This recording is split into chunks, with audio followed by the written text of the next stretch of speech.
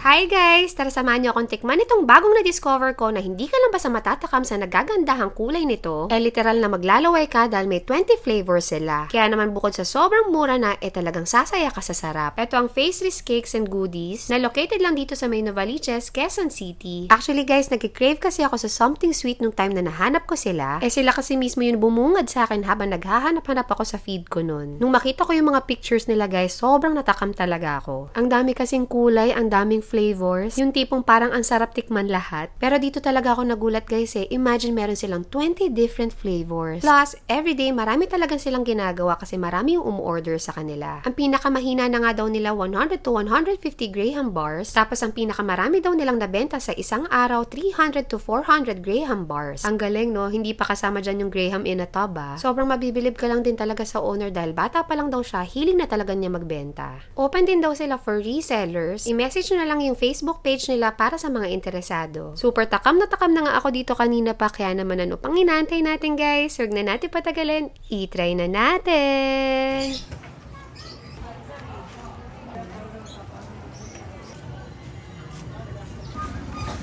Tignan nyo naman itong na-discover natin. Itsura pa lang talagang matatakam ka na. So, meron silang 20 flavors nito, pero ito lang itatry natin kasi paus pa tayo, may ubo pa tayo. Kaya ito lang yung kaya natin tikman pa. Kahit namamalat-malat pa ako, kahit may ubo ako, kakain ako ng ice cream para sa inyo. So, ito yung matcha Oreo, ube cheese, mango, rocky road, strawberry, coffee crumble. 40 to 45 pesos lang ang isang bar.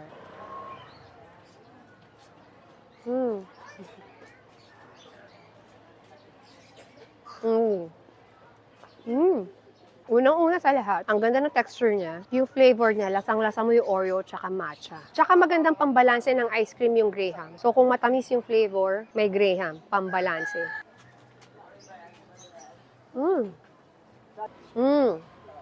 Strong yung lasa ng ube niya. Tasamahan mo pa ng pagkaalat ng cheese. Sarap nito. Type ko to.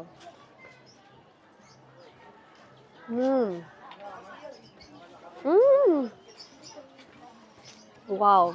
Sa tatlong na-try ko, parang ito na yung favorite ko. Alam niyo yung lasa niya, ang cute, parang ang girly, ang bango-bango. Basta, masarap to.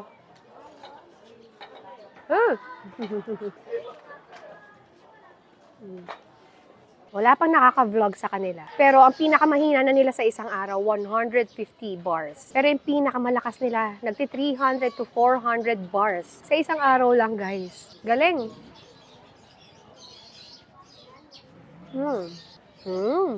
Yung mango jam niya, nalalasahan ko to sa ibang ice cream yung sa mga sikat na ice cream. Yung flavor ng mango niya. Tsaka hindi tinipid, lasang-lasa mo yung flavor.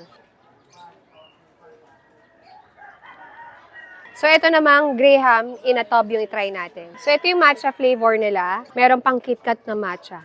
Wow!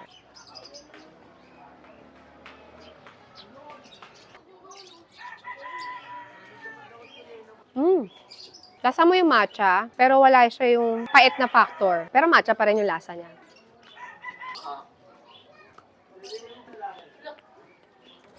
Ayun, lasa mo na yung pait niya. Sarap din to.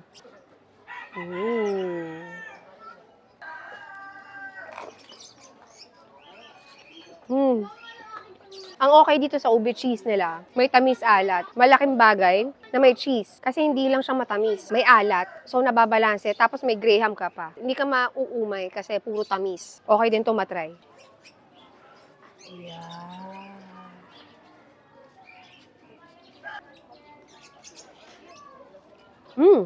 Itong pinaka-base niya, parang too light. So, meaning, good thing siya kasi not too sweet. Yung pinaka-sweet na malalasahan mo, itong parang brownies na. So, para sa dalawang na-try ko, yung ice cream sandwich, tsaka itong Graham tub, ang nagustuhan ko sa flavor doon kanina, of course, yung strawberry. Kung o-order ako ulit, strawberry ang pinaka-o-orderin ko. Yun yung unang-unang orderin ko. Tapos, dito naman sa tub, sa tatlong na-try kong flavors, lahat sila masasarap, lahat sila iba-iba yung atake ng lasa, depende sa gusto mong lasa. Depende rin sa kinikrave mo. Ako, ang pinaka-nagustuhan ko yung ube cheese. Kasi lasang-lasa mo yung ube at bukod sa tamis na nabibigay niya, meron pang alat. Solid nito. Nakakatuwa. May bago tayo na-discover. Sarap.